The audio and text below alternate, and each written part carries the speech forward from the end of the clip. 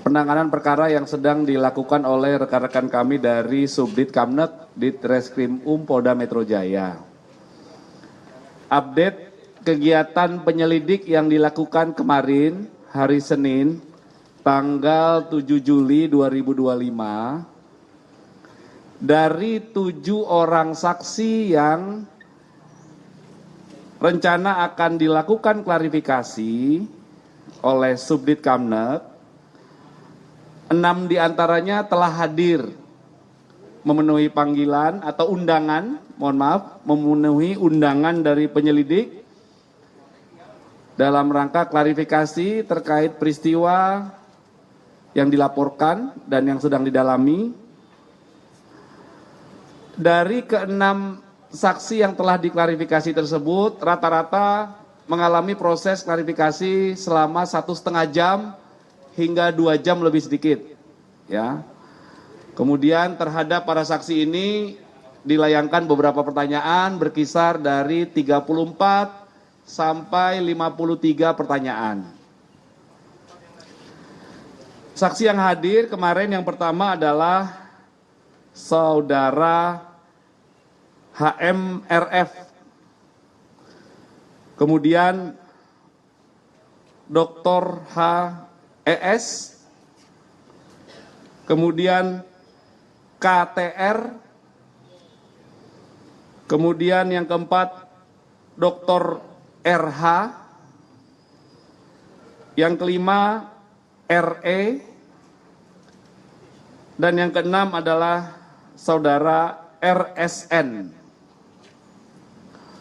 Kemudian ada satu saksi yang diundang dalam rangka klarifikasi tidak hadir, yaitu Dr. TT. Dengan alasan ketidakhadiran ada agenda yang sudah terjadwal sebelumnya dan terhadap yang bersangkutan menyatakan kesediaan untuk dilakukan klarifikasi nanti hari Jumat tanggal 11 Juli 2025 pukul 10. Ini update-nya rekan-rekan berdasarkan pertanyaan dari rekan-rekan sejak kemarin ya. Inilah update yang sedang dikerjakan oleh rekan-rekan kami dari Subdit Kamnek Ditreskrim Polda Metro Jaya ya. Bapak, dari beberapa orang saksi itu apakah ada ajudan Pak Jokowi, menegaskan kembali tadi inisialnya kurang ini Pak, apakah ada ajudan sebelumnya itu? Saksi tersebut hari sebelumnya sudah dilakukan pengambilan keterangan dalam rangka undangan klarifikasi. Sudah. Hari Kamis berarti Pak? Hari apa kemarin ya? Pekan lalu ya. Pekan lalu itu benar. Kemarin sudah kami jelaskan juga. Ya. Mungkin nggak hadir kemarin waktu itu ya. Ya. Apa aja yang digali Jadi terhadap saksi-saksi yang diambil keterangannya dalam tahap penyelidikan kali ini, dalam proses pendalaman, dilakukan klarifikasi, adalah terkait dengan peristiwa-peristiwa yang sedang didalami.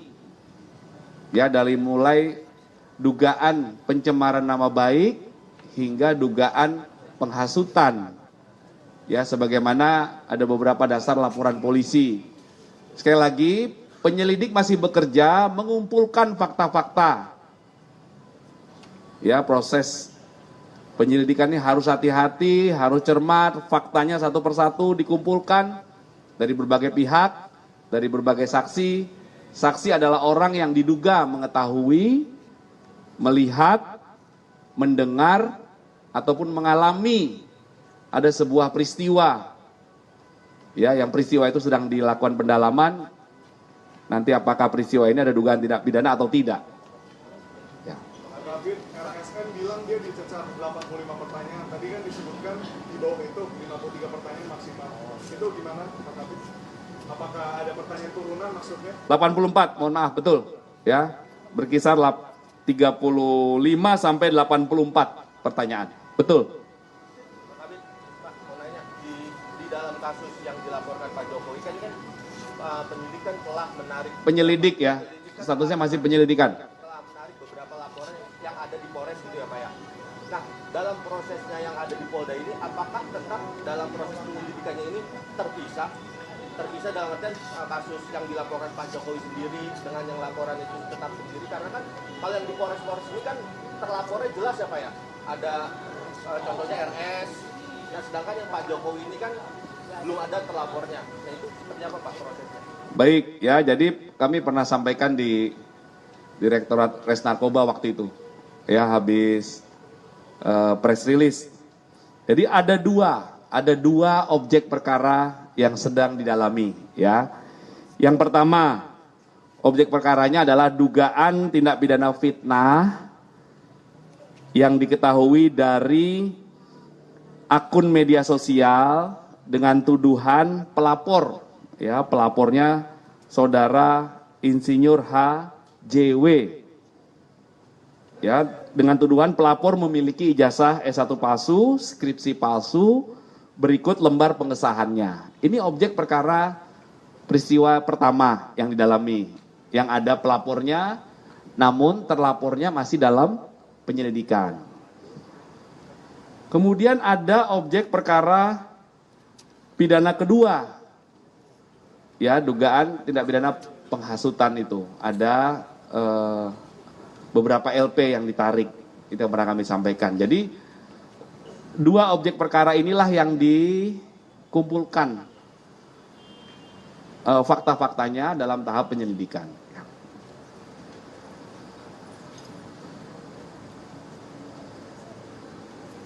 Ya, objek perkara yang kedua adalah dugaan tindak pidana penghasutan dan juga terkait dengan Undang-Undang ITE pasal 28.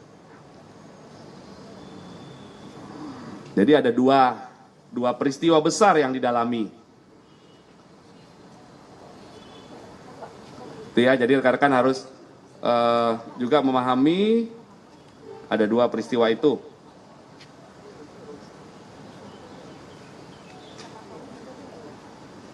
Ada lagi rekan-rekan? Iya. Berarti yang tadi objek yang kedua itu untuk pelapor itu sesuai sama yang ada di Polres itu ya masih sama? Iya, ada 6 ya, 6 LP ya, 6 LP ya. Ada tanya nggak? 6 LP. Ini kena disiapin message. Ya, kemarin pernah kami sampaikan tuh Mas di narkoba ya, ada 2. Udah ada ya, nanti minta lagi aja.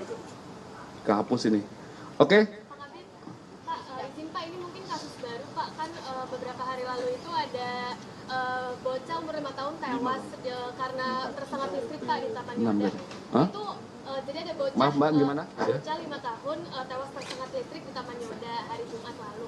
Nah itu Pak, itu kan dari ini apa, dari fasilitas umum gitu ya Pak. Itu tuh kalau dari kepolisian bisa diusut pidana kah, dan kalau misalnya bisa itu unsurnya gimana ya Pak? Nanti kalau coba kami cek lagi ya, ini pertanyaannya kami harus cek. Yang jelas dalam sebuah peristiwa yang dilaporkan oleh masyarakat atau yang ditemukan oleh petugas kepolisian, itu dilakukan langkah-langkah dari mulai penerimaan laporan, ataupun laporan itu didapatkan dari informasi melalui 110, dari media sosial, berdasarkan hasil patroli siber, itu langsung dilakukan pendalaman. Ya, pendalaman. Dimulai dari mendatangi TKP, melakukan olah TKP, pertolongan terhadap korban. Kemudian dalam melakukan olah TKP itu dilakukan langkah-langkah teknis, ya, terkait pengumpulan barang bukti, mengamankan TKP, hingga dilakukan pemeriksaan secara laboratoris. Dalam peristiwa apapun ya, saya jawab secara umum nih ya. Nanti akan dilakukan pendalaman terhadap saksi-saksi yang ada di TKP, kemudian diklarifikasi dan didalami. Nanti apabila proses pendalaman itu ada dugaan tindak pidana, maka ditingkatkan prosesnya dalam proses tahap penyidikan namanya. Ya, itu secara umum ya Mbak, saya jawab ya. Saat ini marak terjadi pencurian plat besi Pak, baik di JPO atau halte busway itu, apakah Polri, Polda Metro sendiri akan melakukan patroli rutin, atau kemudian pengenaan pasal terhadap pelaku apakah cukup dengan tindak pidana ringan atau tindak pidana lainnya Pak? Iya. Terkait dengan gangguan Kamtipmas yang terjadi, Polda Metro Jaya 1 kali 24 jam melakukan kegiatan atau upaya kepolisian. Ya, masyarakat tidak perlu khawatir. Kami ada 24 jam di lapangan. Di sisi lain, apabila ada blank spot ataupun ada gap karena patroli ini mobile ya. Mobile bisa jadi setelah dia bergerak patroli dari RW 1 ke RW 2, maka di belakang itu tidak ada polisi berseragam di sana. Ini masyarakat bisa langsung menghubungi 110 ya. Terkait peristiwa itu, upaya-upaya patroli terus dilakukan. Beberapa kasus kemarin sudah diungkap ya. Diungkap penerapan pasal terhadap pelaku tindak pidana itu diberikan berdasarkan fakta perbuatan dan alat bukti serta barang bukti yang ditemukan oleh penyidik secara proporsional. Ya. Jadi tergantung nanti peristiwa yang ditemukan itu apa. Ya, yang jelas pasti akan dilakukan penyelidikan dan penyidikan secara profesional dan proporsional. Berarti untuk mengantisipasi tidak ada lagi pencolongan besi jembatan itu Pak, patroli rutin ya Pak? Ya, patroli rutin itu dilakukan juga secara bersama-sama. Rekan-rekan kami, Babin Kamtipmas itu bersama 3 pilar juga melakukan kegiatan patroli, edukasi secara offline. Babin Kamtipmas kami datang door to door.